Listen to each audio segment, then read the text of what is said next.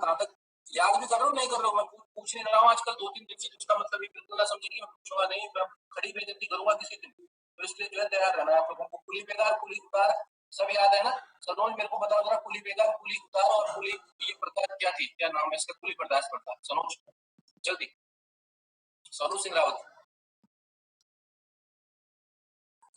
सनोज आवाज आ रही है मेरी? नहीं आ रही है? अगर नहीं आ रही है तो बता दो, आ तो रही होगी। या तो अपने माइक ऑन कर दिया करो, तुरंत बोलता हूँ, और नहीं आता है तो ये इतना बोलने के लिए ऑन कर दिया करो कि सर मुझे याद नहीं। राहुल, राहुल कुबियाल, सबको बात करूंगा मैं ना। राहुल, हाँ देने पर भी उन्हें श्रम कहा जा रहा था अंग्रेजों द्वारा। हाँ, जबरदस्ती श्रम किया, ठीक है। और हाँ वो सीधी तो बात है। इसमें भी पारिश्रम किया जाता था, लेकिन बहुत कम मात्रा में। हाँ, कम मात्रा में किया जाता, ठीक है, बस सामान उतारने पे, ठीक है, ये हो गया, ठीक है। और कुली बर्दाश्त थी, इसमें सर सामग्री की व्यवस्था करवाना, सामग्री किसी भी तरह की हो सकती थी, चाहे वो क्या हो, बिस्तर हो, चाहे वो घास हो, चाहे खाद्यान्न व्यवस्था करनी होगी, बिल्कुल सही है, ठीक है।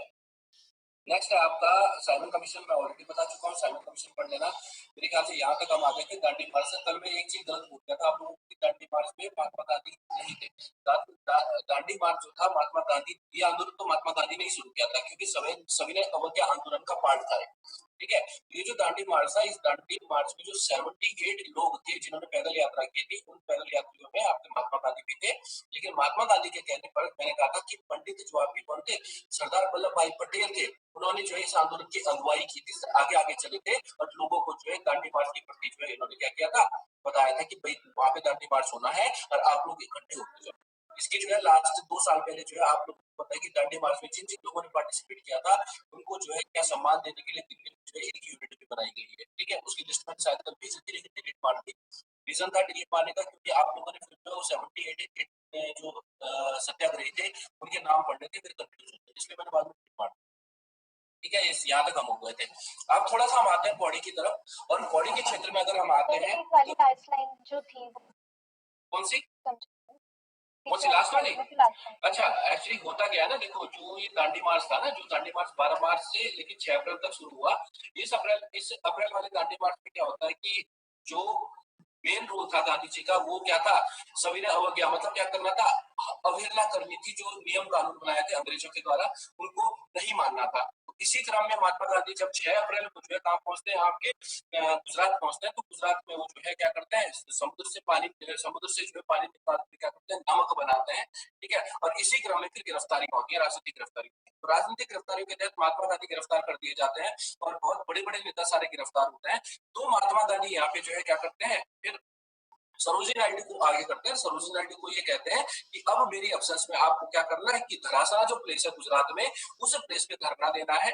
और धरना, एक सेकंड है, लड़का लाइन पे है, क्लास लाइन करो।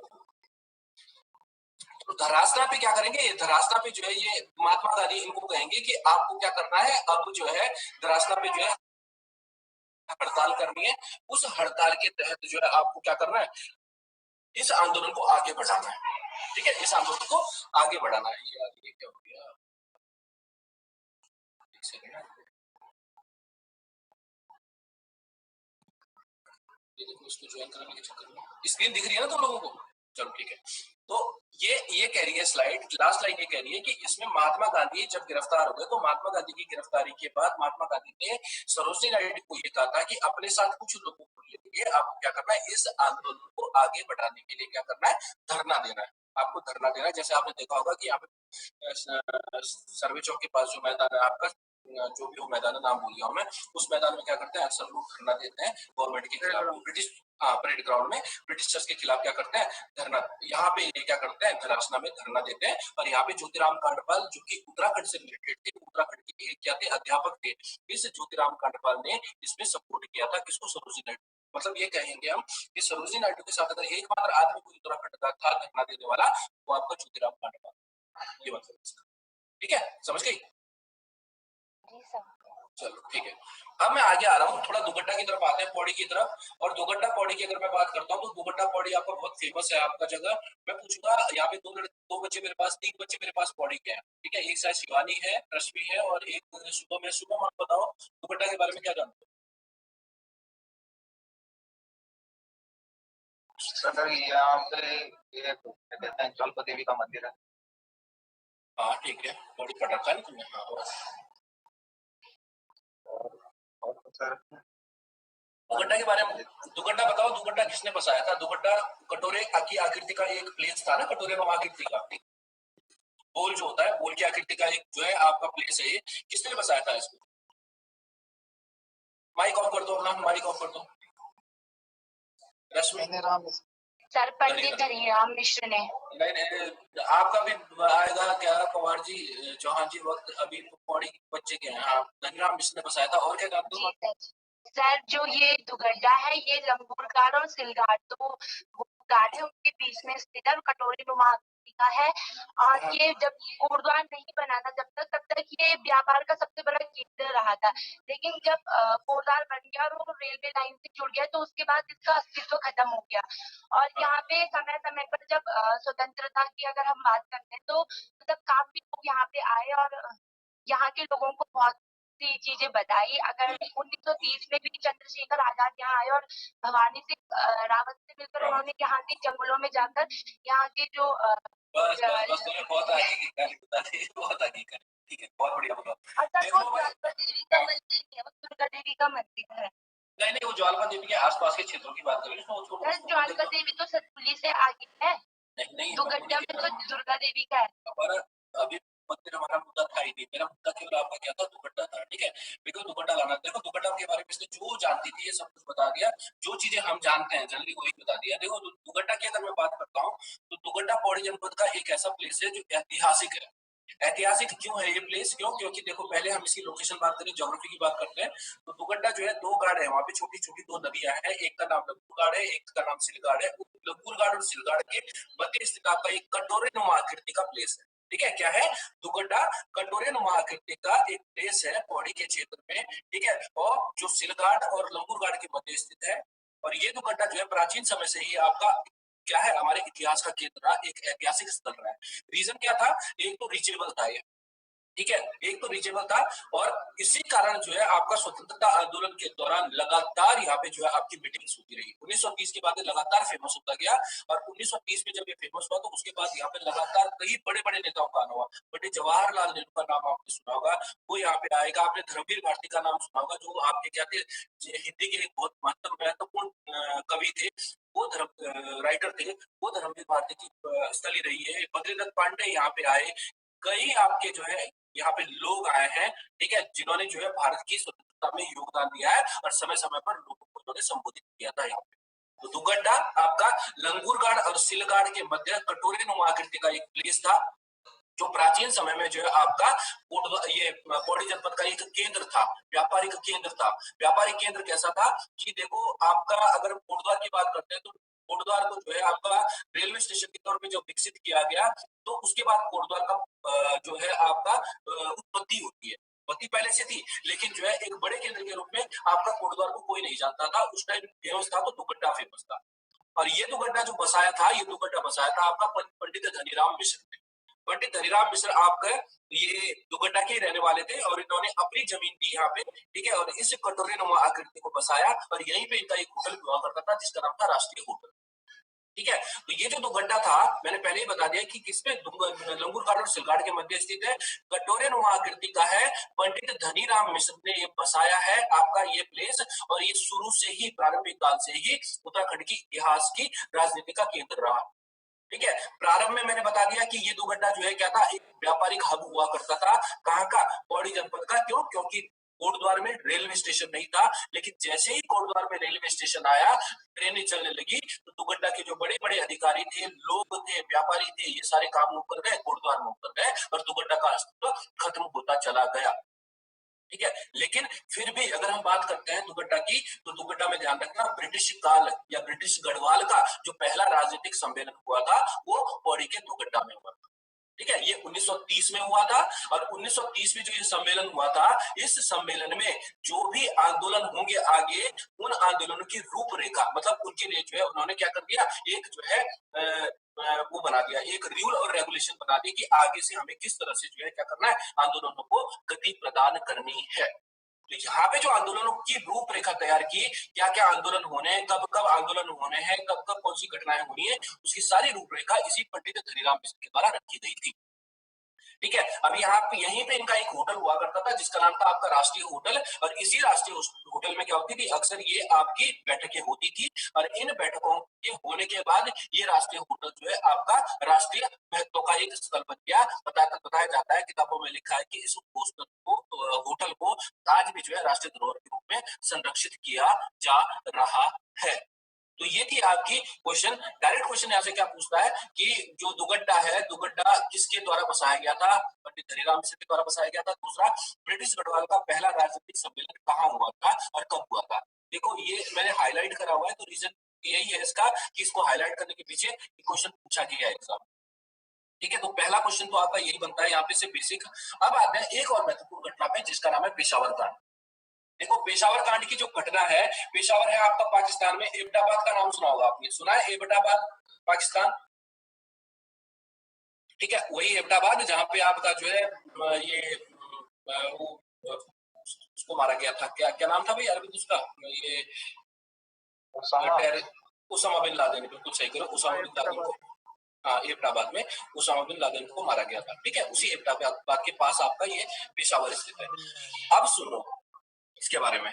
देखो पेशावर कांड की अगर मैं बात करता हूं तो यहाँ पे हमें किसको ले जाना है, गढ़वाल राइफल्स को ले जाना है। अब होता क्या है कि देखो यहाँ पे अभी अंग्रेजों का राज चल रहा है 1920 में, और अंग्रेजों का जब राज चलेगा तो अब अंग्रेजों के राज में ही हमारी जो, चाहे गढ़वाल राइफल्स हो चाहे वो आपकी कुमाऊं राइफल्स हो, दोनों उसी के अधीनस्थ काम करेंगे, उसी के अनुसार काम करेंगे।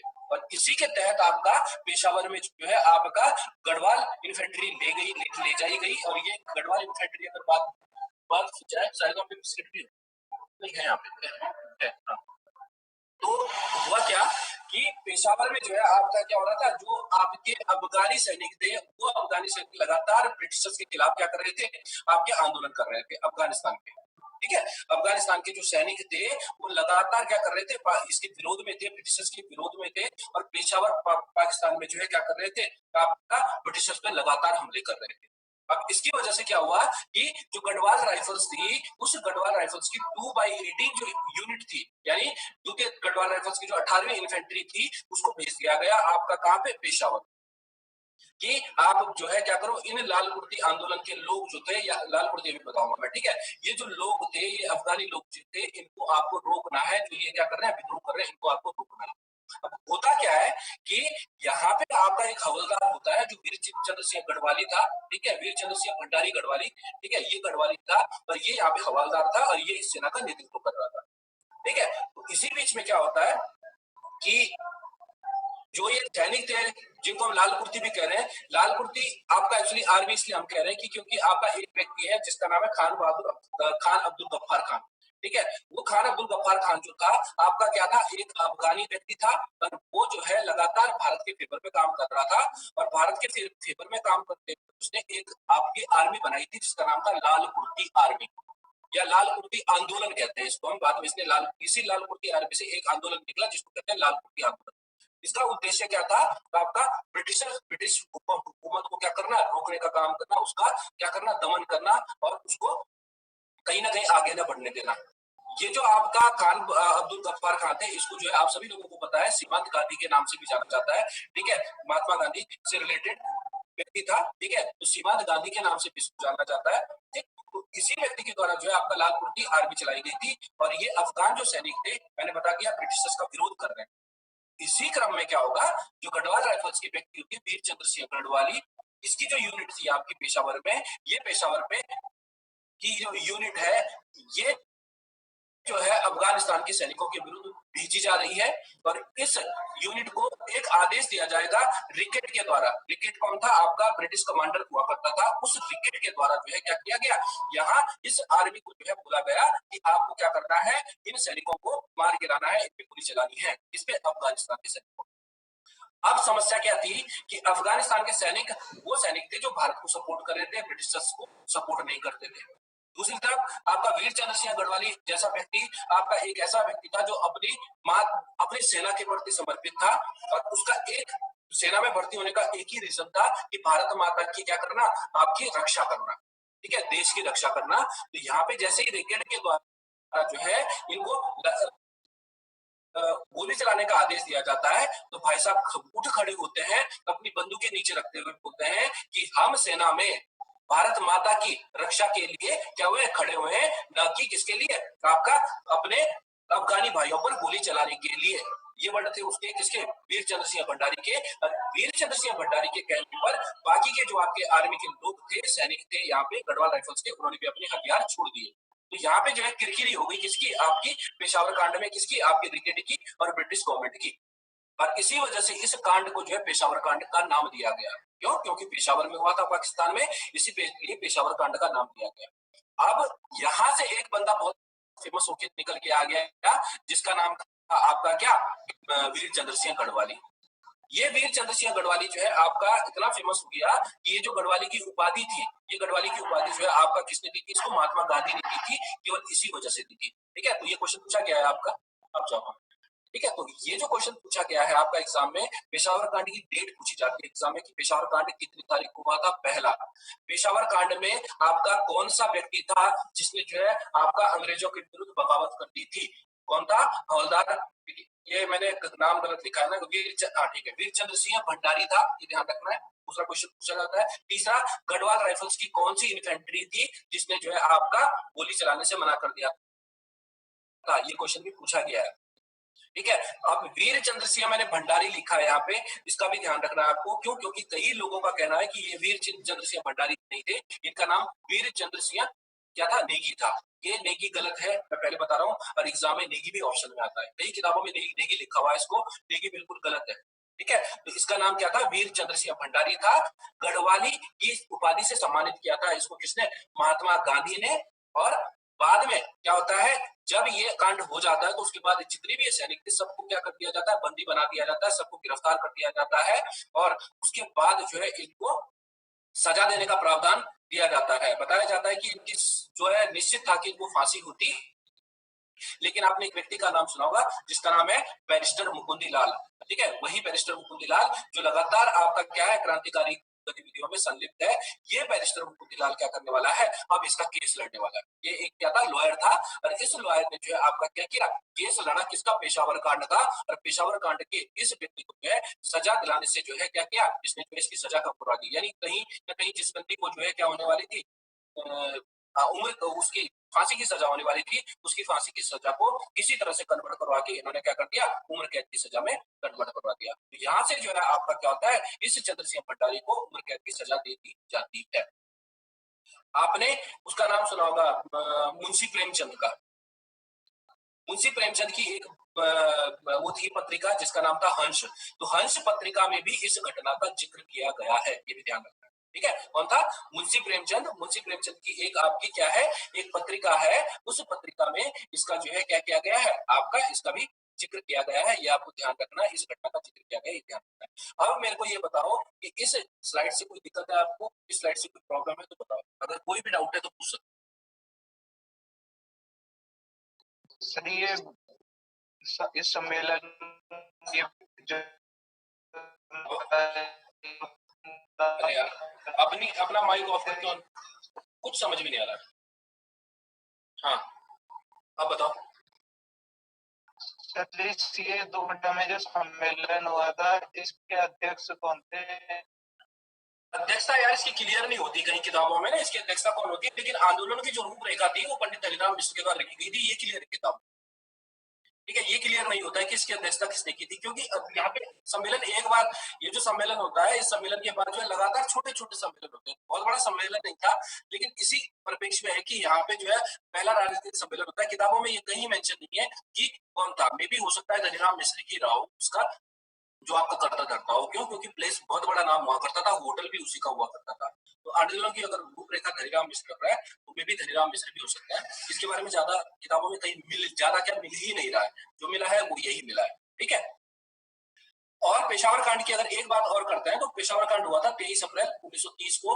अब ये 23 अप्रैल 1930 का जो दिन है इसको गढ़वाल दिवस के रूप में मनाए जाने की बात की गई और ये मनाया भी जाता है। और इसको मनाए जाने की जो बात की थी वो किसने की थी? पंडित मोतीलाल नेहरू ने। ठीक है, तो ध्यान रखना पेशावर कांड के बाद पंडित मोतीलाल नेहरू ने 23 अप्रैल के दिन को गढ़वाल दिवस के रूप में मनाने का क्या कर दिया था? अनाउंसमेंट कर दिया था, घोषणा कर दी थी। तो एक भी इस स्लाइड में कोई एक भी ऐसी लाइन नहीं है जो एग्जाम में ना पूछी गई हो। पेशावर कांड मेंस के बारे में मेंस में भी क्वेश्चन बन जाता है कि पेशावर कांड पे एक टिप्पणी लिखी है। ठीक है, छोटा सा क्वेश्चन बन जाता है, तो ये आपको ध्यान रखना है। 3-4 चीजें हैं, इसमें कुछ नहीं है, मैंने बता दिया। लाल कुर्ती यानी अफगान सैनिकों का याद रखना है, रिकेट याद रखना है। आप फिलहाल केवल मोटा मोटा जो नए बच्चे हैं वो नए बच्चे केवल इसकी डिग्री याद करें और वीर चंद्र सिंह गढ़वाली को याद करें। बहुत इंपॉर्टेंट स्लाइड है, मैं पहले बता रहा हूँ। कई क्वेश्चन आ रखे हैं, अरविंद से पूछो, रश्मि से पूछो कि कितने क्वेश्चन बनते हैं इस स्लाइड से, ध्यान रखना। ठीक, नेक्स्ट है आपका भवानी सिंह रावत। अब मैं थोड़ा 2-3 पर्सनैलिटीज के बारे में आपको बताऊंगा। भवानी सिंह रावत हो गया, इंद्र सिंह नयाल हो गया, बच्चू लाल भट्ट हो गया। ये 3-4 लोग ऐसे हैं जिन्होंने बहुत बड़ा काम तो नहीं किया, लेकिन उत्तराखंड में राष्ट्रीय जो आपका आंदोलन था हमारा, उसमें कुछ ऐसा योगदान दिया कि जिसकी वजह से ये अमर हो गए। ठीक है, पहला है आपका भवानी सिंह रावत। और भवानी सिंह रावत का जन्म लिखा भी है स्लाइड में, जिसका नाम है पंचूर गांव। पंचूर गांव आपका पौड़ी जनपद में पड़ता है। और पंचूर गांव की अगर मैं बात करता हूँ तो इसको क्या बोलते हैं इसको, वर्तमान में क्या बोलते हैं रश्मि इस क्षेत्र को? नाथपुर नाथपुर कहते हैं ना, नाथपुर, क्योंकि इसके पिताजी का नाम नथुराम था। ठीक है, तो भवानी सिंह रावत की अगर मैं बात कर रहा हूँ तो भवानी सिंह रावत का जो जन्म हुआ था वो पंचूर गांव में हुआ था, पौड़ी जनपद में हुआ था। और ये डेट लिखी है 8 अक्टूबर 1910। डेट पे ना भी जाए तो कोई दिक्कत नहीं है, मौत इसकी 6 मई 1986 को हुई है, ना जाए तो कोई दिक्कत नहीं है। ठीक है, लेकिन ध्यान अगर रख सकते हो तो रख लेना, क्योंकि मैंने बता दिया कि किसी का कोई भरोसा नहीं है यहाँ पे, क्या कर सकते हैं। अब भवानी सिंह रावत ने करा क्या? देखो, भवानी सिंह रावत की अगर मैं बात करता हूं तो भवानी सिंह रावत को सबसे पहले जोड़ दो आपका चंद्रशेखर आजाद का एक संगठन था जिसका नाम था हिंदुस्तान सोशलिस्ट रिपब्लिकन एसोसिएशन। ठीक है, Hindustan socialist Republican association HSRA के नाम दिया जाता है।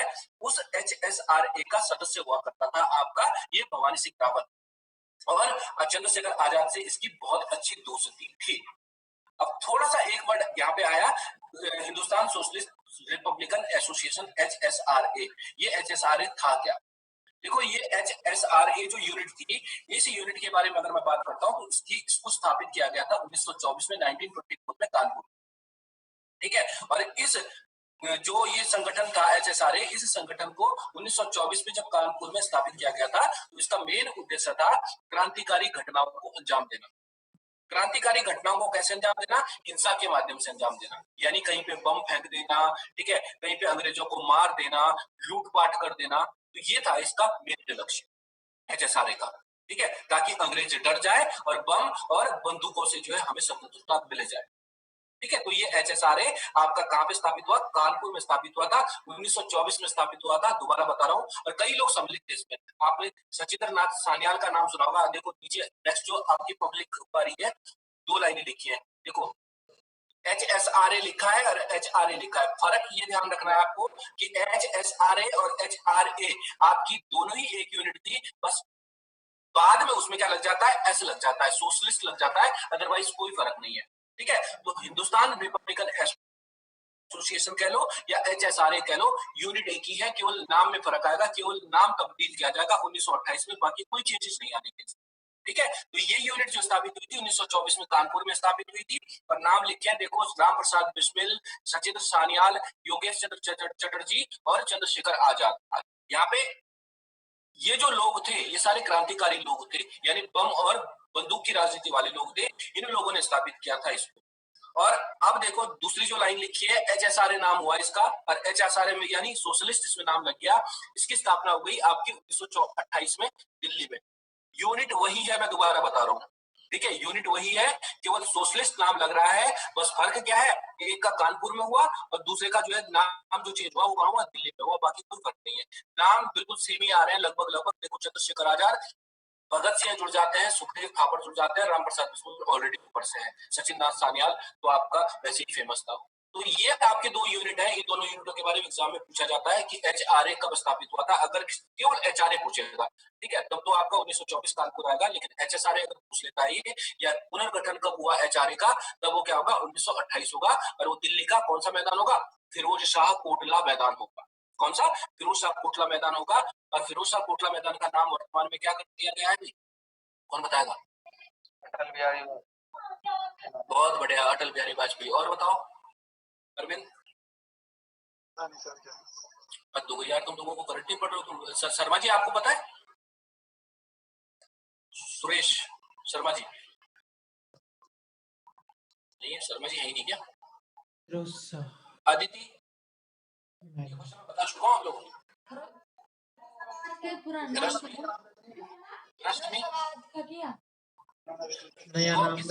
किसकी डेथ हुई थी बताओ जरा। वित्त मंत्री है ना हमारा क्या? अरुण जेटली। अरुण जेटली का नाम सुना है ना? शायद हाँ, तो अरुण जेटली के नाम पे हो गया इसका नाम, अब ध्यान रखना। हाँ याद हो गया, उसका नाम जो है चेंज करके अरुण जेटली नेशनल स्टेडियम रखा, इंटरनेशनल स्टेडियम रख दिया गया उसका नाम। ठीक है, ये भारत के इतिहास का पार्ट था, ये मेरा पार्ट नहीं था। मैं फिर भी बता रहा हूँ कि एचआरए 1924 कानपुर, एचएसआरए नाम चेंज कर दिया गया 1928 में दिल्ली में। ठीक है, और ये नाम आएंगे, बम और उसकी राजनीति करेंगे। अब होगा क्या देखो, जो ये भवानी सिंह रावत है इसने एचएसआरए क्या कर लिया, ज्वाइन कर लिया। और एचएसआरए ज्वाइन करने के बाद, या एचआरए कह लो, ठीक है, एचआरए ज्वाइन कर लिया। और उसके बाद क्या हुआ, एक घटना होती है, वो घटना होती है आपकी कब, 1925 में। देखो नाम लिखा है काकुरी कांड, इसको काकुरी की रात, मैंने कटिंग निकाली है कहीं से, लेकिन इसको कहते हैं काकुरी कांड। 9 अगस्त को हुई थी आपकी घटना, काकुरी कांड की घटना 1925 में। 9 अगस्त 1925 को जो ये घटना हुई थी, इसमें एक ट्रेन है, देखो पहला अगर राइट लेफ्ट हैंड साइड में आपको टॉप में एक लाइन लिखती है, जहां पे लिखा है शाहजहांपुर से लखनऊ जा रही 8 डाउन ट्रेन को लूटा गया।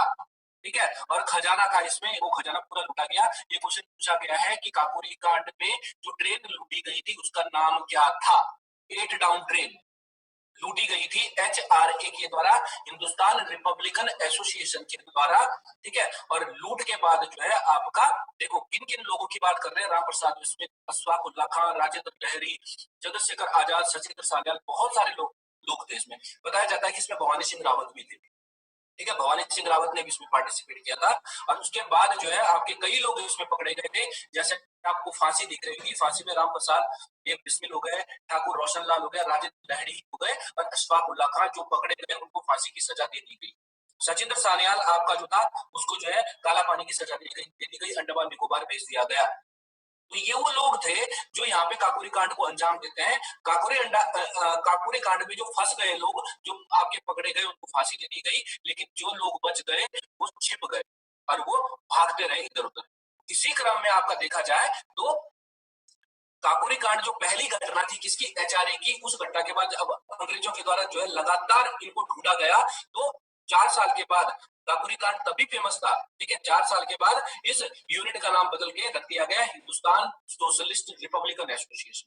ठीक है, और इसने भी जो है बहुत सारे कांडों को अंजाम दिया। और उन्हीं कांडों के तहत आपका जो चंद्रशेखर आजाद थे वो लगातार छिप रहे थे अंग्रेजों से। जब अंग्रेजों से छिपेंगे तो अंग्रेजों से छिपने के बाद भाई साहब जो है कहां पहुंचेंगे, भवानी सिंह रावत के साथ दुगड्डा पहुंचेंगे। ठीक है, और भवानी सिंह रावत दुगड्डा में इनको शरण देंगे इनके साथियों के साथ।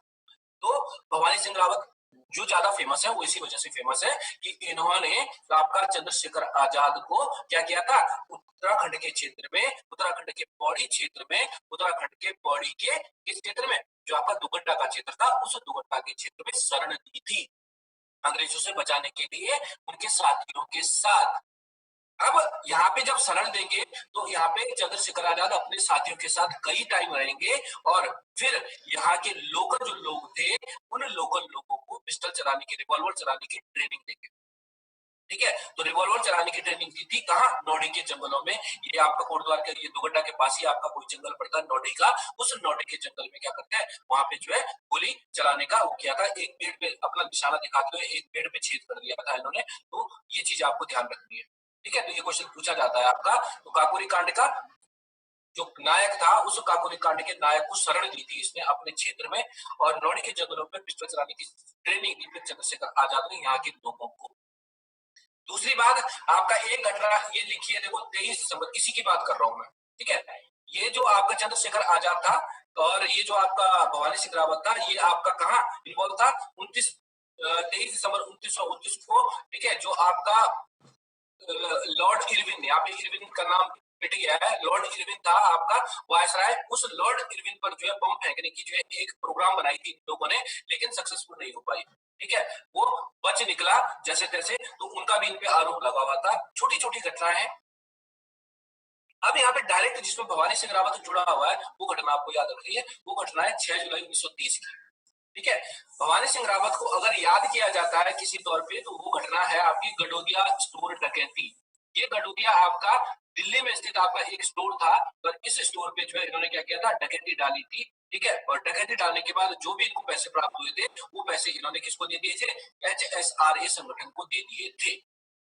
तो भवानी सिंह रावत ने गडोदिया बैंक डकैती डाली दिल्ली में, और जो भी पैसा मिला वो उन्होंने हिंदुस्तान रिपब्लिकन, जो सोशलिस्ट रिपब्लिकन एसोसिएशन था, उस यूनिट को दे दिया, ठीक। अब लास्ट में क्या करना है आपको? लास्ट में आपको क्या करना है? अब इस बीच में बहुत सारी घटनाएं होती है। 1931 में आपका जो इलाहाबाद का मिंटो पार्क था, उस मिंटो पार्क में जो है आपका किसकी हत्या हो जाती है? चंद्रशेखर आजाद की हत्या हो जाती है। कई लोगों का कहना है कि इन्होंने जो है अंग्रेजों से बचने के लिए खुद को गोली मार दी थी। अब जो भी रहा हो, लेकिन चंद्रशेखर आजाद की क्या हो जाएगी? आपकी मौत हो जाएगी। अब उनकी याद में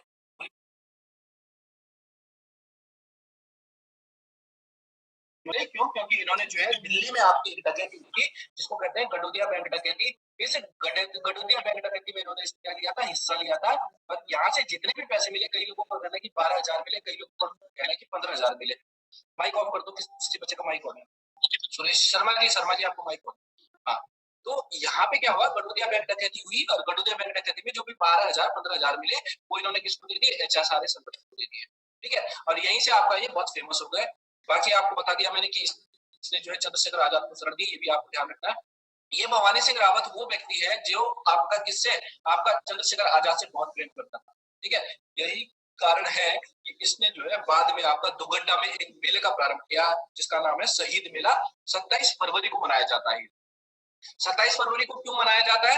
क्यों? क्योंकि 27 फरवरी का दिन आप सभी लोगों को पता होगा कि 27 फरवरी के दिन क्या हुआ था? चंद्रशेखर आजाद को मार गिराया गया था, या चंद्रशेखर आजाद ने खुद को गोली मार दी थी अल्फ्रेड पार्क में, इलाहाबाद के अल्फ्रेड पार्क में, ठीक है। तो ये आपको ध्यान रखना है। बहुत महत्वपूर्ण चीजें हैं, मैं पहले बता रहा हूँ। काकोरी कांड उत्तराखंड के परिप्रेक्ष्य में ना इंपॉर्टेंट हो, तो भारतीय इतिहास के परिप्रेक्ष्य में बहुत इंपॉर्टेंट घटना काकोरी कांड।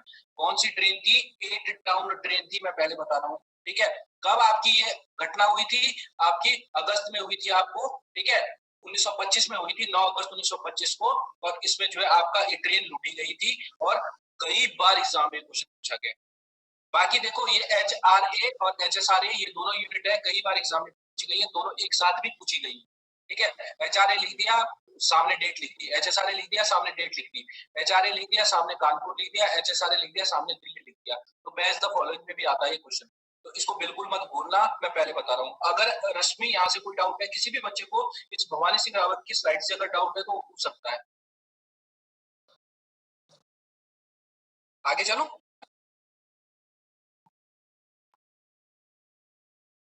बोलते नहीं है कुछ। अब थोड़ा सा हम आते हैं अल्मोड़ा के क्षेत्र में। देखो, अल्मोड़ा की अगर मैं बात करता हूँ, तो अल्मोड़ा जो है राजनीति का शुरू से ही आपका एक हब के रूप में विकसित था, ये अल्मोड़ा। और अल्मोड़ा की अगर मैं कहानी की बात करता हूँ, तो अल्मोड़ा की कहानी आपकी अल्मोड़ा की नगर पालिका से शुरू होती है। यहाँ पे भी एक बहुत महत्वपूर्ण घटना होगी 26 मई 1930 को। जो 26 मई 1930 को ये घटना होगी, भले ही मैंने 3-4 डेटें नीचे लिखी हुई है, आपको बाकी डेटें याद करें ना करें मुझे उससे कोई फर्क नहीं पड़ता, लेकिन आपको 26 मई की डेट याद होनी चाहिए। अब 26 मई की डेट क्यों याद होनी चाहिए वो भी बताऊंगा। उसके साथ साथ यहाँ पे कुछ लेडीज का जिक्र आएगा, उत्तराखंड में महिलाओं का। उत्तराखंड की जो महिलाएं थी, जो बेचारी जो है 12-12, 13 साल की उम्र में ब्याह दी गई थी, ठीक है, जिनके जो है 15 साल की उम्र में बच्चे हो जाते हैं, विधवाएं हो जाती हैं, उन लोगों ने, उन लेडियों ने क्या योगदान दिया उत्तराखंड के इतिहास में, वो इस घटना से आपको पता चलेगा, ठीक है। तो अल्मोड़ा नगर पालिका की अगर घटना की मैं बात करता हूँ, तो अल्मोड़ा नगर पालिका की घटना आपका 26 मई 1930 को हुई, ठीक है, ये डेट याद रखनी है, मैं पहले बता रहा हूँ। डेटें जिनकी मैं कह रहा हूँ उन डेटों को बिल्कुल कंठस्थ कर लें, उनको अपने मन में बिठा लें, बार बार पूछूंगा मैं कल से। ठीक है, तो अल्मोड़ा नगर पालिका की घटना होती है 26 मई 1930 को। अब 26 मई 1930 को होगा क्या अल्मोड़ा में, पहले मैं ये बता रहा हूँ। 26 मई 1930 को एक जो है प्लान के तहत योजना थी आपका झंडारोहण की, तिरंगा लहराए जाने की, हमारे जो फ्लैग होता है उस फ्लैग को लहराए जाने की। ठीक है, तो 26 मई को इस घटना को अंजाम दिया जाना था। अब 26 मई की जो घटना थी, उस घटना की कथा शुरू होगी कहां से? वो शुरू होगी 4 मई 1930 से। 4 मई 1930 को क्या होता है कि अल्मोड़ा का एक परिसर है जिसका नाम है नंदा देवी परिसर। आप सभी लोगों को पता होगा कि चंदों के टाइम पे ये मंदिर बने थे आपके नंदा देवी के। और इस नंदा देवी मंदिर का जो आपका प्रांगण था, जो आपका आगे का मैदान था, उस प्रांगण में लगातार क्रांतिकारी घटनाओं की जो भी आपकी क्या होती थी, पॉलिसीज बनती थी, वो बनाई जाती थी क्रांतिकारियों के द्वारा। तो सबसे पहले 4 मई 1930 को आते हैं अल्मोड़ा के नंदा देवी परिसर में। और 4 मई 1930 को अल्मोड़ा के नंदा देवी परिसर में कई क्रांतिकारी इकट्ठे होंगे। उनमें से आपका एक का नाम था विक्टर मोहन जोशी और एक का नाम था शांतिलाल त्रिवेदी। ठीक है, एक का नाम था विक्टर मोहन जोशी और एक का नाम था शांतिलाल त्रिवेदी। ये लोग जो है इकट्ठे होते हैं और इकट्ठे होने के बाद जो है क्रांतिकारियों को, बाकी लोगों को संगठित करते हैं कि भाई हमें आगे क्या करना है। ठीक है, तो उसी के तहत यहाँ पे शांतिलाल त्रिवेदी आएगा आगे और ये क्या करेगा, मंच पर आएगा जब, तो मंच पर जो है लोगों को जो है बोलेगा कि विदेशी वस्त्रों को त्याग दो। इसका कहना था कि जो विदेशी आपके वस्तुएं हैं, वस्त्रों के साथ साथ जो वस्तुएं हैं उनको त्याग दो। तो पहला सवाल ये पूछा जा सकता है कि अल्मोड़ा के नंदा देवी परिसर में वो कौन सा व्यक्ति था जिसने जो है विदेशी वस्त्रों के बहिष्कार, विदेशी वस्तुओं के वस्त्रों एवं वस्तुओं के बहिष्कार की घोषणा पत्र को पढ़ा था। तो ये कौन था? आपका शांतिलाल त्रिवेदी था। 4 मई की घटना है, इसमें आपका विक्टर मोहन जोशी भी इनके साथ हैं और लोगों को क्या कर रहे हैं, अलर्ट कर रहे हैं कि आप क्या कर दो, विदेशी यानी आपके ब्रिटिशर्स का जो सामान है उनका जो है क्या कर दो, बहिष्कार करना शुरू कर दो। जब बहिष्कार होगा, जब इनका सामान नहीं खरीदेंगे तो ये कमजोर पड़ेंगे, कमजोर जब पड़ेंगे तो कहीं ना कहीं भागेंगे। हम आज देखा होगा तुमने कि हम चाइना के जो है बहुत सारे ऐप को क्या कर रहे हैं, बैन कर रहे हैं। उसके पीछे क्या है, चाइना इन एप्स के थ्रू बहुत पैसा कमा रहा है हमारे कंट्री से। ठीक है, और उनमें से हो सकता है कि आप लोगों में से भी 2-4 लोग होंगे जो टिकटॉक वीडियो बनाते होंगे अपने, बेचारे आजकल नींद भी नहीं आ रही होगी जिनको। ठीक है, तो अब हम क्या कर रहे हैं, यहाँ पे चाइना को कमजोर कर रहे हैं आर्थिक पक्ष के तौर पे, उसका आर्थिक पक्ष कमजोर कर रहे हैं, पैसा उसका जो बन रहा है इंडिया से उसको कम करने की कोशिश कर रहे हैं। तो यहाँ पे भी इनका उद्देश्य क्या था कि विदेशी वस्त्र या विदेशी वस्तुएं जो ब्रिटेन से आ रही थी उनको क्या करना है, उनको नहीं यूज करना है, उनका बहिष्कार करना है। तो ये 4 मई 1930 की घटना थी। उसके बाद ये लोग फिर जो है इकट्ठे होते हैं 25 मई 1930 को। ठीक है, और 25 मई 1930 को ये लोग जो है फिर, इसमें शांतिलाल त्रिवेदी भी होगा, इसमें आपका विक्टर मोहन जोशी भी होगा। ये लोग दोबारा से क्या करेंगे, आपका फाइनल करेंगे यहाँ पे कि विदेशी वस्तुओं का बहिष्कार करो और कल हमें क्या करना है, जो अल्मोड़ा का नगर पालिका परिसर है, अल्मोड़ा का जो आपका नगर पालिका का जो प्रांगण है, ठीक है, यानी फील्ड है, उस फील्ड पे हमें क्या करना है, झंडारोहण करना है, हमें तिरंगा फहराना है। और इसी के तहत ये अगले दिन 26 तारीख को सारे इकट्ठे हो गए वहां पे, कहां पे, अल्मोड़ा के नगर पालिका परिसर में। तो बताया जाता है कि विक्टर मोहन जोशी और शांतिलाल त्रिवेदी के नेतृत्व में लगभग 150 लोग यहाँ पे इकट्ठे हुए थे, 150 क्रांतिकारी या सत्याग्रही यहाँ पे इकट्ठे हुए थे। लेकिन इन पे जो है ब्रिटिशर्स के द्वारा धारा 144 के तहत, कौन सी धारा, धारा 144 के तहत लगातार डंडे बरसाए गए। बताया जाता है कि यहाँ पे जो है इतनी बुरी तरह से डंडे मारे गए धारा 144 के तहत कि शांतिलाल त्रिवेदी और विक्टर मोहन जोशी पूरी तरह से घायल हो गए। ठीक है, इसमें बताया जाता है कि आपका ये जो बंदा था कौन, विक्टर मोहन जोशी, इसकी रीढ़ की हड्डी टूट गई पीछे। ठीक है, और बाद में ये लोग जो है हॉस्पिटल पहुंच गए। तो 26 मई 1930 की जो घटना थी उसमें विक्टर मोहन जोशी के नेतृत्व में, विक्टर मोहन जोशी के नेतृत्व में शांतिलाल त्रिवेदी सहित 150 सत्याग्रहियों ने क्या किया था, आपका पार्टिसिपेट किया। ठीक है, और यहाँ पे जब इन्होंने पार्टिसिपेट किया तो ब्रिटिशर्स ने क्या किया, धारा 144 के तहत, ठीक है, आपका इन पे क्या कर दिया, आपका लाठीचार्ज कर दिया, जिसकी वजह से क्या हुआ, कई आंदोलनकारी आपके घायल हो गए और विक्टर मोहन जोशी की हड्डी टूट गई, शांतिलाल त्रिवेदी भी हॉस्पिटलाइज हो। अब लेकिन हमें करना क्या था, यहाँ पे तो झंडा लहराना ही था। तो जब झंडा लहराना था तो यहाँ पे आपकी कुछ लेडीज आएंगी, बहुत सारी लेडीज का नाम लिखा होगा, सारी लेडीज का नाम याद रखना जरूरी नहीं है, लेकिन यहाँ पे 3 लेडीज हैं, 2 लेडीज खासकर, 3 नहीं 2 लेडीज है सुनकी, एक कुंती वर्मा और एक बिश्नी देवी शाह, इनके नाम आपको याद रखना, ठीक है, क्योंकि दोनों ने उत्तराखंड की स्वतंत्रता युद्ध में बहुत महत्वपूर्ण रोल अदा किया है, ठीक है। तो यहाँ पे 26 मई 1930 की जो घटना थी, अब यहाँ पे जो है हमें क्या करना है, कंप्लीट करना है झंडारोहण का काम। तो यहाँ पे कुंती देवी वर्मा, बिश्नी देवी शाह हो गई, विमला देवी, मंगला देवी, भगीरथी देवी, ये भगीरथी या भागीरथी देवी एक ही है, ठीक है, भगीरथी देवी या भागीरथी देवी, तुलसी देवी, बच्ची देवी, तो बहुत सारे, तुलसी देवी का नाम 2 बार लिख दिया मैंने, ठीक है। तो ये लोग जो है इकट्ठे होंगे यहाँ पे, और ये लोग क्या करेंगे, ब्रिटिश जो आपकी हुकूमत थी उस ब्रिटिश हुकूमत के विरुद्ध जो है क्या करेंगे, बिगुल बजाते हुए वहां पे झंडारोहण को कर देंगे, सक्सेसफुल कर देंगे इस काम को जो इन्होंने प्रण लिया था 26 मई 1930 को। तो विक्टर मोहन जोशी की एक तरह से जीत थी है कि यहाँ पे झंडारोहण का काम हो गया, ठीक है। तो ये क्वेश्चन पूछा गया एग्जाम में कि जो 26 मई 1930 की जो घटना है उसका नेतृत्व किसने किया था, तो ध्यान रखना इसका नेतृत्व जो किया था इस भीड़ का, इस संगठन का, इसका नेतृत्व किया था आपका किसने, विक्टर मोहन जोशी ने।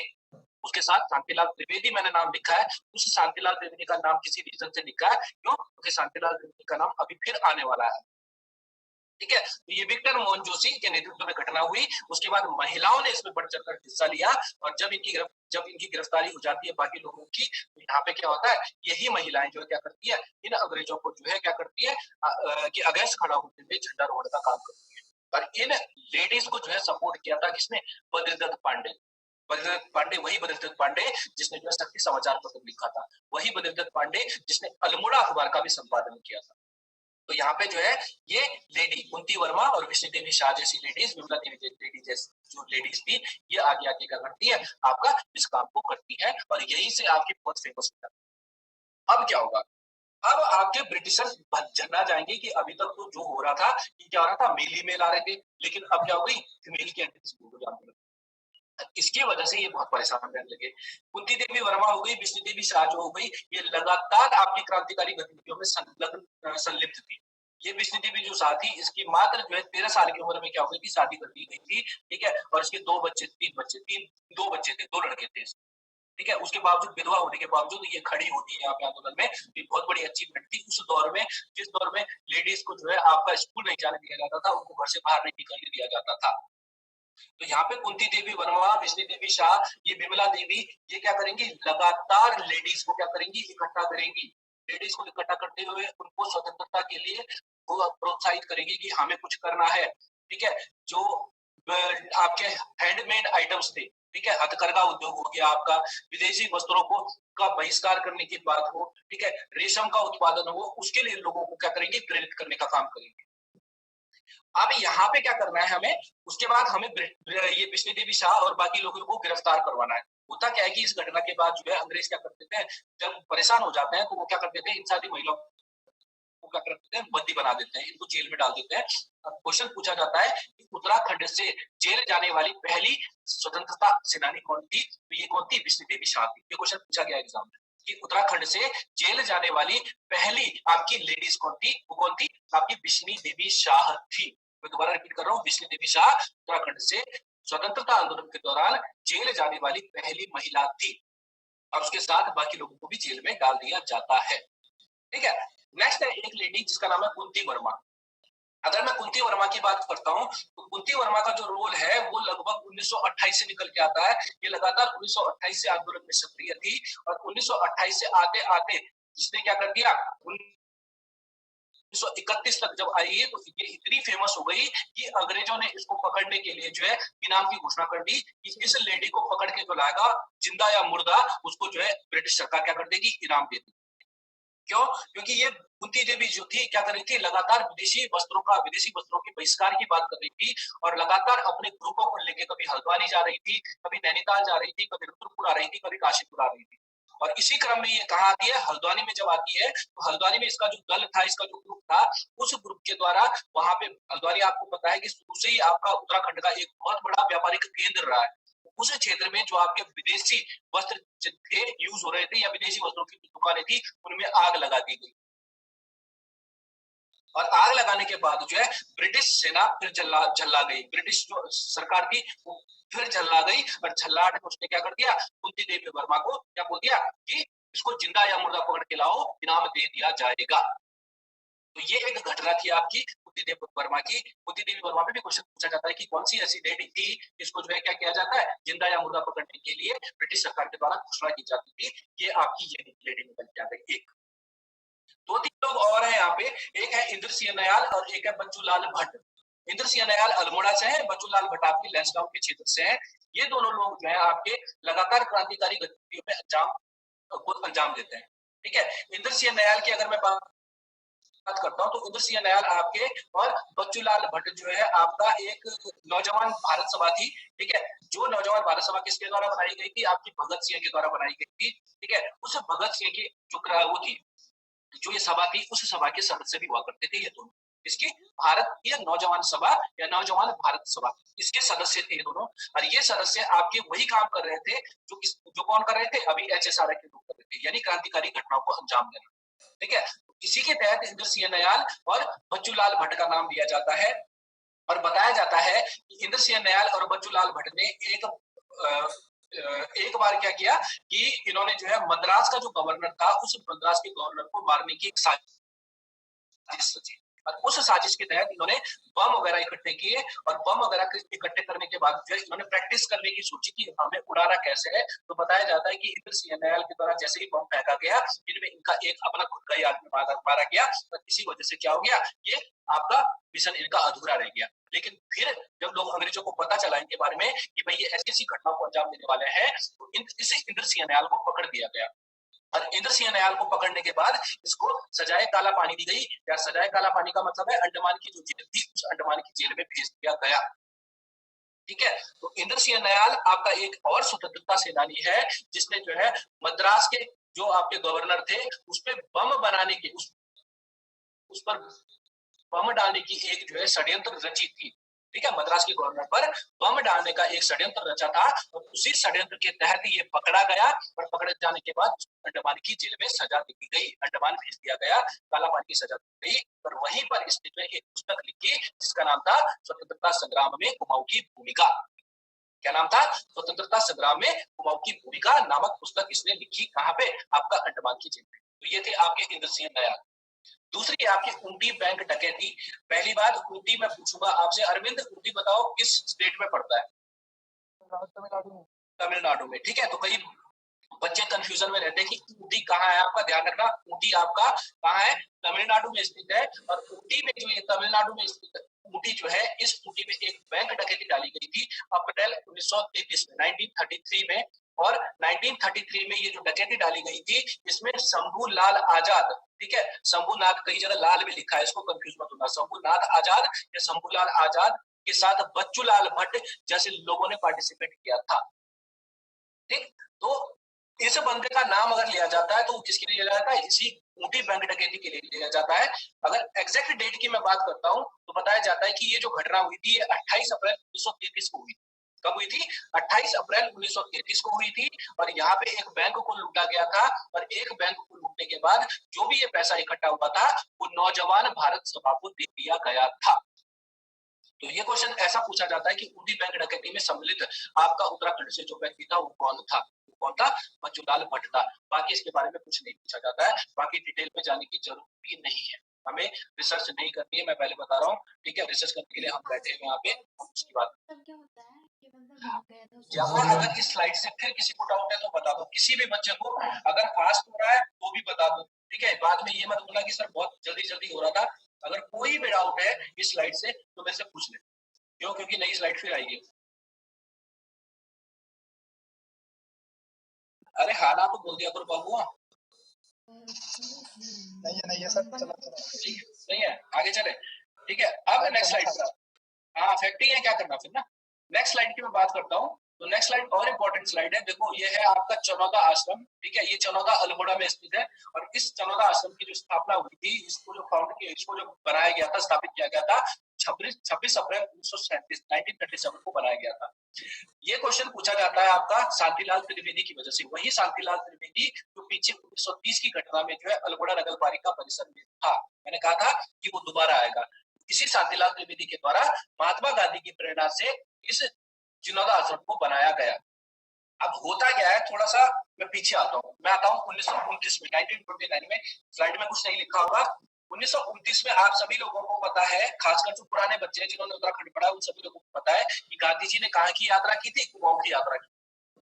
और गांधी जी जब कुमाऊं की यात्रा पे आए थे 14 जून से, ठीक है, कुमाऊं की जब यात्रा पे आए थे तो गांधी जी नैनीताल, आपके अल्मोड़ा, नैनीताल अल्मोड़ा होते कहाँ गए थे, आपके रानीखेत गए थे, यानी कौशल, हाँ बागेश्वर गए थे। अब तो खैर बागेश्वर हो गया हो, लेकिन पहले आपका रानीखेत आते हैं। रानीखेत के बाद आपका कहाँ आते हैं, कौशानी में आते हैं, जो अब बागेश्वर में है, पहले अल्मोड़ा में हुआ करता था।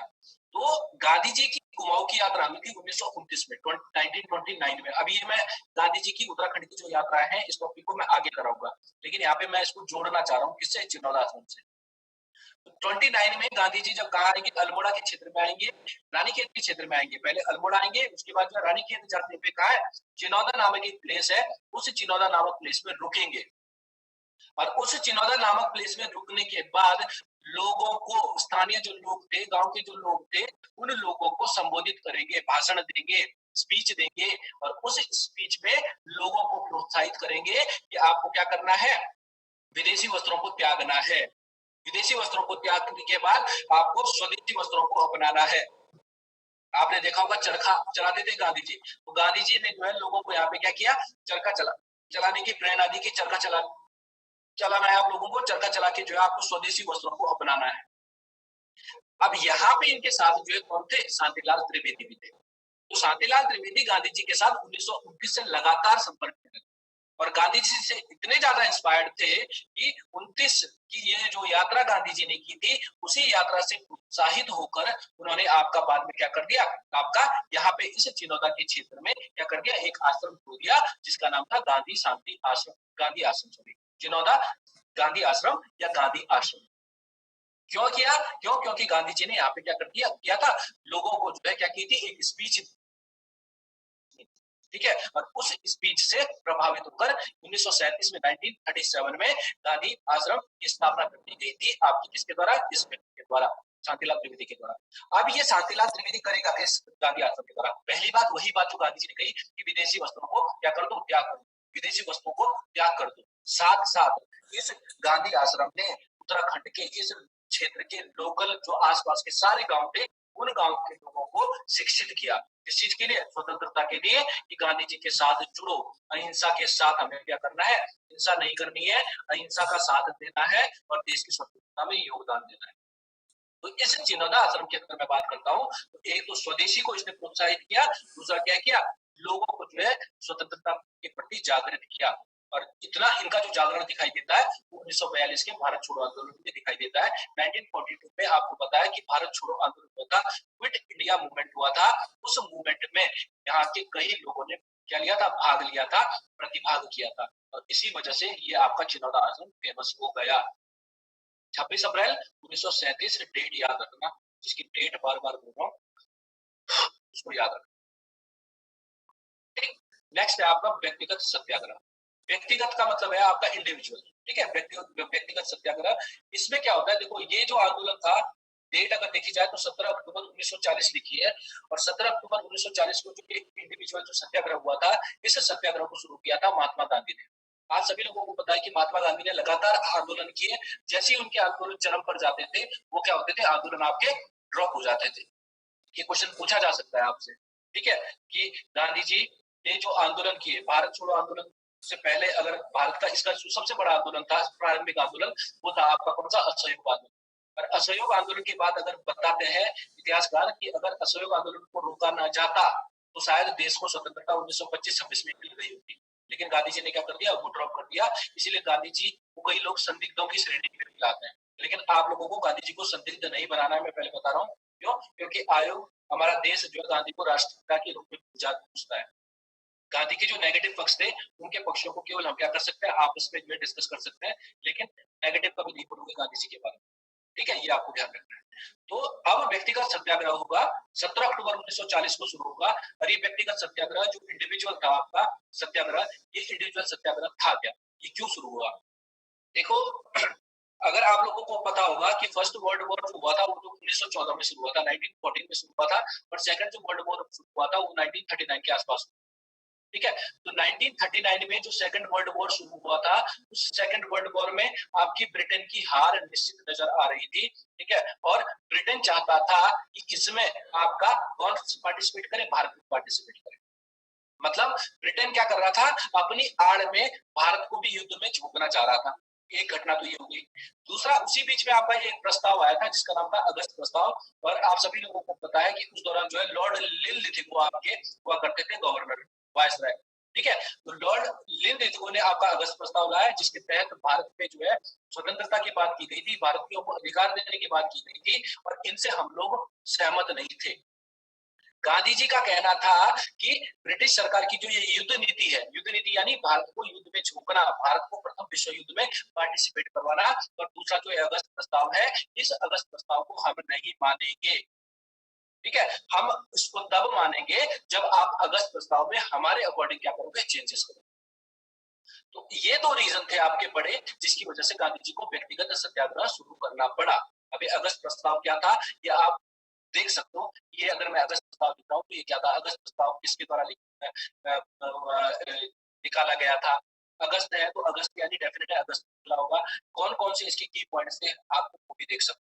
ठीक है, वो पढ़ना पड़ेगा आपको। एक बार पूछा जाता है कि अगस्त प्रस्ताव की डेट बताओ। अगस्त प्रस्ताव के दौरान जो गवर्नर थे आपके, वायसराय थे, कौन थे, कई चीजें पूछते हैं, चीजों को देखना कर।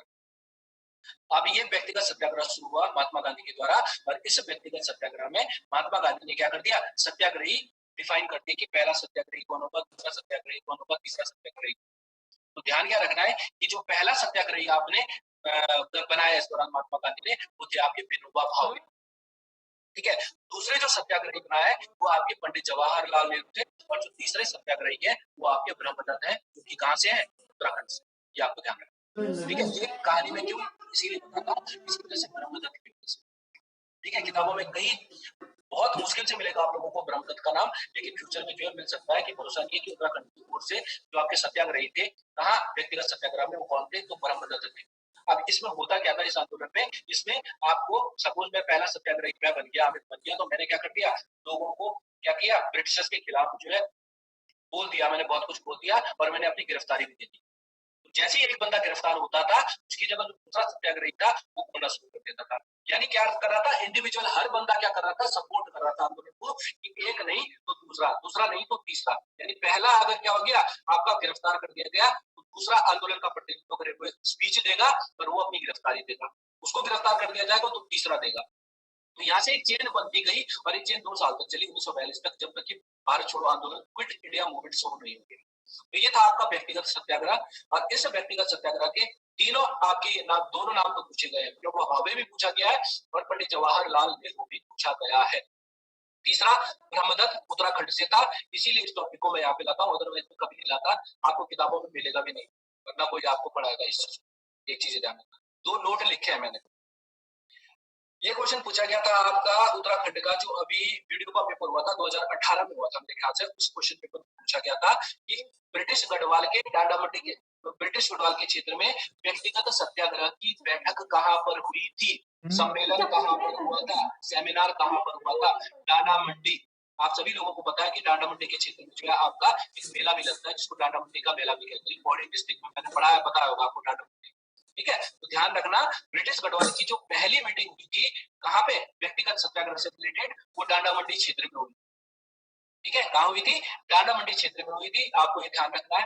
दूसरी बात, आपका उत्तराखंड में अगर मैं बात करता हूँ, या ब्रिटिश गढ़वाल में अगर मैं बात करता हूँ, तो व्यक्तिगत सत्याग्रह को किसने जो है प्रमोट करने का काम किया था, उसका नाम था प्रताप सिंह नेगी। प्रताप सिंह नेगी नामक व्यक्ति लगातार व्यक्तिगत सत्याग्रह के दौरान जो है 11 आपका उत्तराखंड में तत्पर रहा। क्या आपको ध्यान रखना है, व्यक्तिगत सत्याग्रह में तत्पर रहा, इसका ध्यान रखना।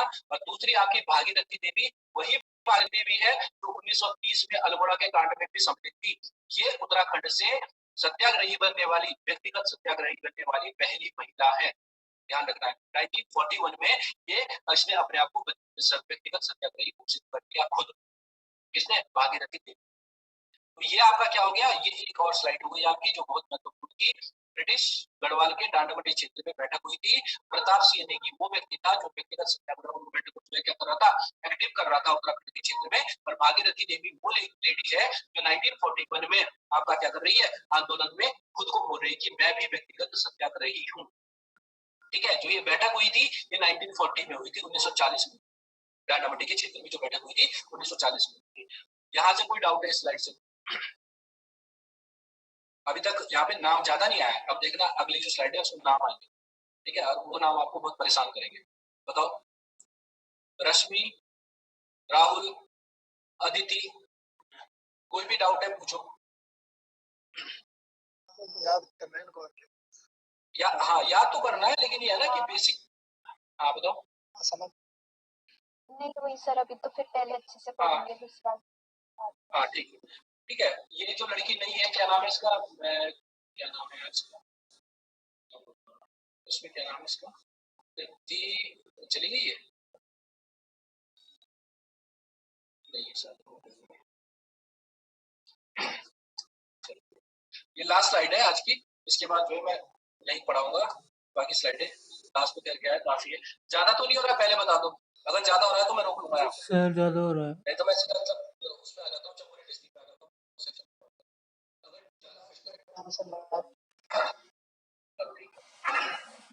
देखो बच्चों, ये जो आपका मूवमेंट है जो मैंने लिखा है भारत छोड़ो आंदोलन, 8 अगस्त 1942 का मूवमेंट है, बहुत इंपॉर्टेंट मूवमेंट है।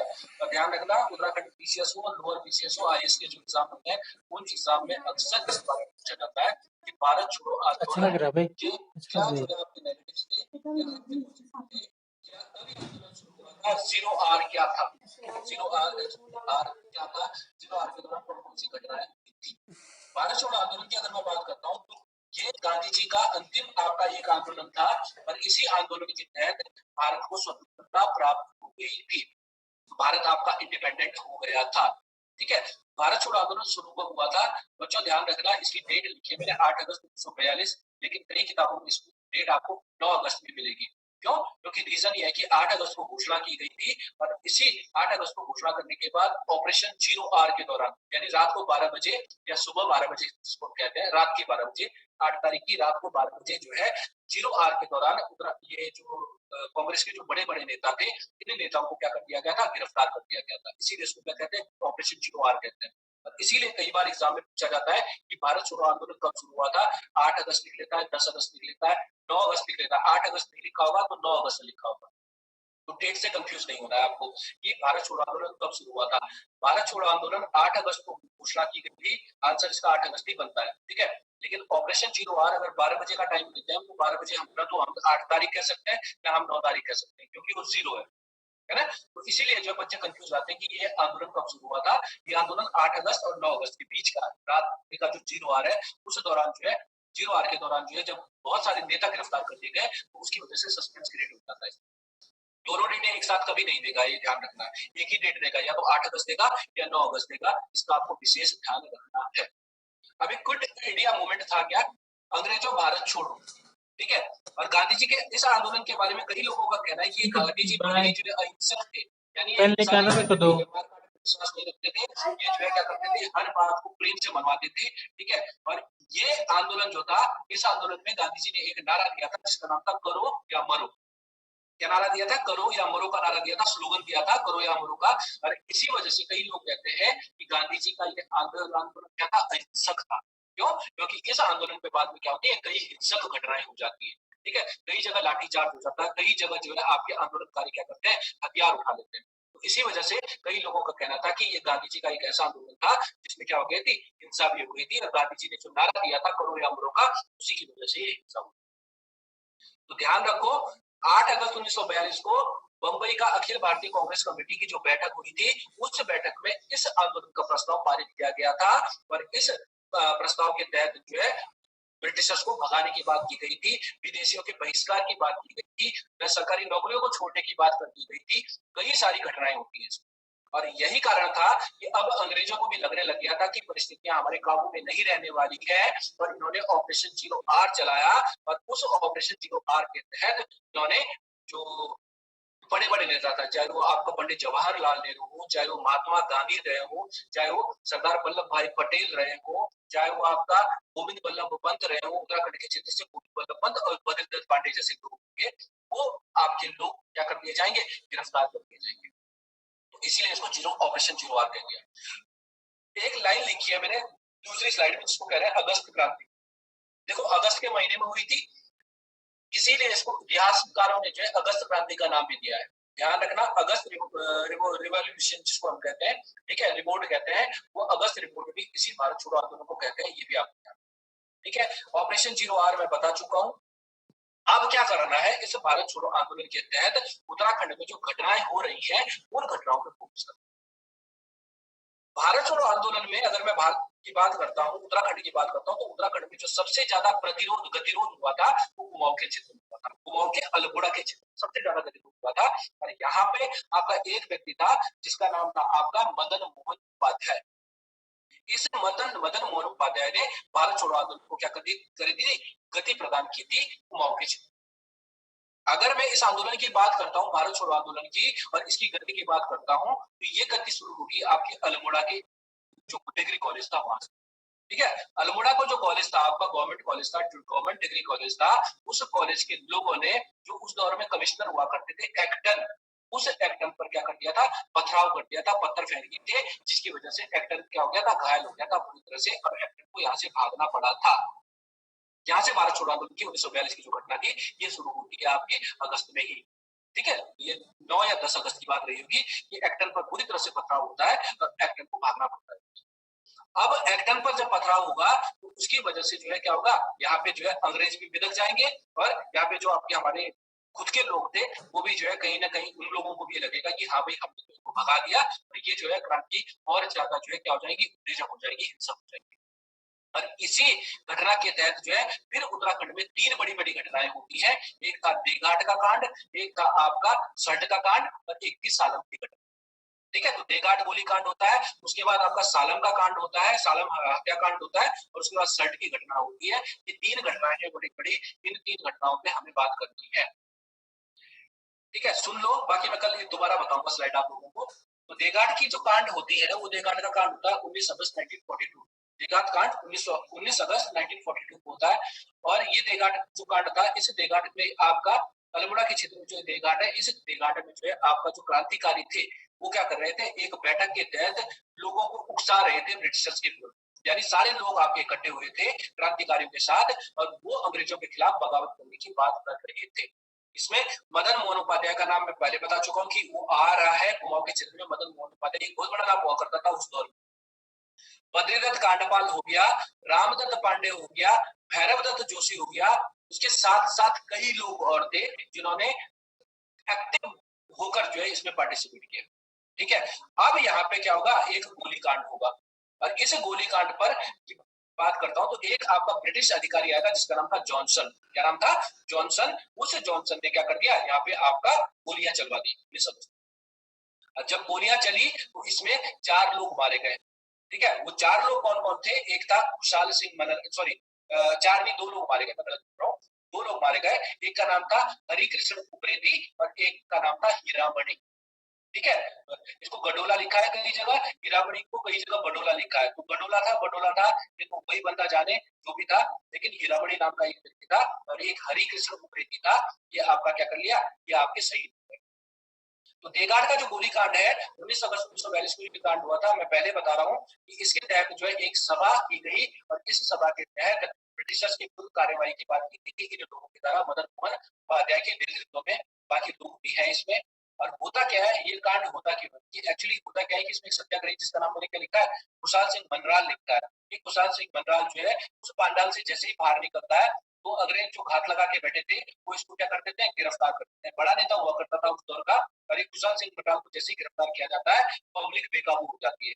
तो पब्लिक क्या करती है, खुशहाल सिंह मनराल को जो है वापस लाना चाह रही थी क्योंकि उसको हिरासत में लिया गया था। और इसी बीच में धक्का मुक्की होती है, और उसी धक्का मुक्की में आपका जॉनसन गोलियां चलवा देता है, ठीक है, तो यहाँ पे बाकी लोगों का किसी का नाम मत याद रखना आप, बेगाट कांड का, बेगाट कांड पे आप केवल एक डेट याद रखोगे 1942 की, और दूसरी जो घटना याद रखोगे, दो लोग कौन कौन मारे गए थे बेगाट कांड, एक हरि कृष्ण थी और एक हीरामणि आपका गडोला या फिर हीरामणि बटोला था, उसका नाम याद, ये दो लोग, बाकी मत रखो यार, कोई दिक्कत नहीं है, जो ऊपर मैंने इतने सारे नाम लिखे हैं, कोई दिक्कत नहीं है, उनको मत याद रखो, हरि कृष्ण उप्रेती और हीरामणि आपको याद रखने हैं। स्लाइड अगर कॉपी कर रहे हो तो जिन चीजों को मैं फोकस करवा रहा हूँ उन्हीं चीजों पर फोकस करना, ठीक है। मैं केवल तार जोड़ने के लिए स्लाइडें बनाता हूँ, ये नहीं है कि जो जो मैंने स्लाइड में लिखा है आपको सब कुछ याद करना है, बिल्कुल नहीं याद करना है। बेगाट गोलीकांड की डेट याद रखनी है, हरे कृष्ण उप्रेती और हीरामणि का नाम याद रखना है, मारे गए।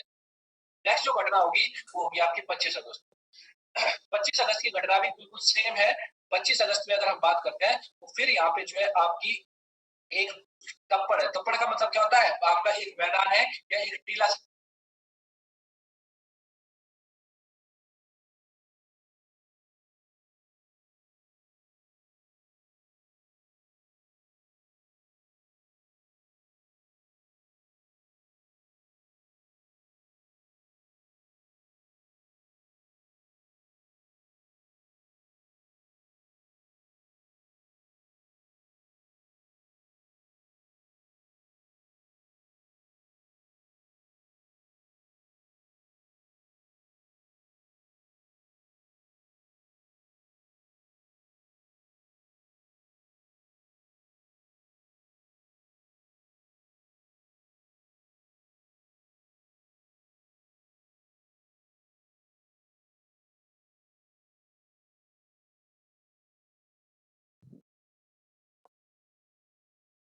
तो पत्रिकाएं मैं आपको सारी बताऊंगा,